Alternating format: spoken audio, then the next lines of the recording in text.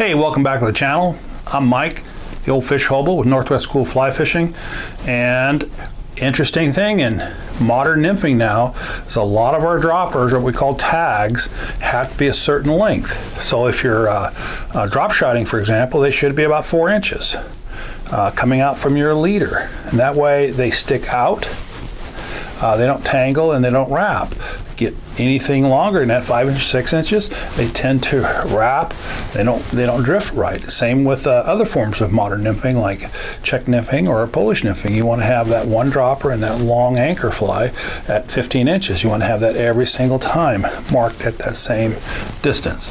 So there's a real technique we use where I can tie my fly on, make my loop, and it comes out to 4 inches every time.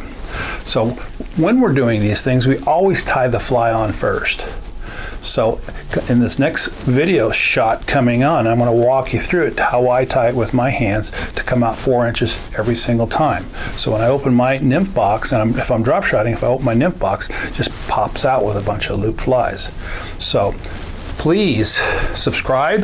These types of videos I'm doing are not often on YouTube, or I like to explain what's on YouTube a little bit more. So go ahead and subscribe. It would help me out, and I'd appreciate that. So hang in there. Here we go. And there is the 4-inch tag or tag loop. Here I have that fly, which we tie on first, about a 1/2 inch or 3/4 inch. On my index finger, and I can create a pinch with my index finger and thumb. That's what I'm going to use to tie the perfection loop. Here I'm making that under loop and putting it in the pinch, and I'm going to pull that loop so I get just the right amount of loop I want. Now I'm going to tie the loop that I want, and that's just a wraparound, putting the tag in between the two loops, and I pull that loop to about the loop I want, and I reach in, pull that loop through as your perfection loop, and that's what we're using on most leaders nowadays.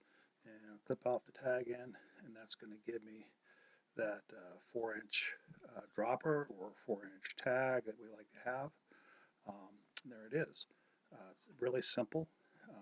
When we go in to tie say a 6-inch loop, I just want to take it further back in my finger. Now we all have different fingers, lengths of fingers and thumbs and hands and things, so you need to find that one spot on your finger that's dimensionally correct at 6 inches. You see I'm struggling a little bit here, but I get it to where I think I need it, and I'm going to come up and pinch again at the very top, creating that little working pinch at the top. Repeat the process where I'm going to tie the under loop and go ahead and pull that perfection loop out to 6 inches, and that's really going to be pretty defining after a number of knots that we tie.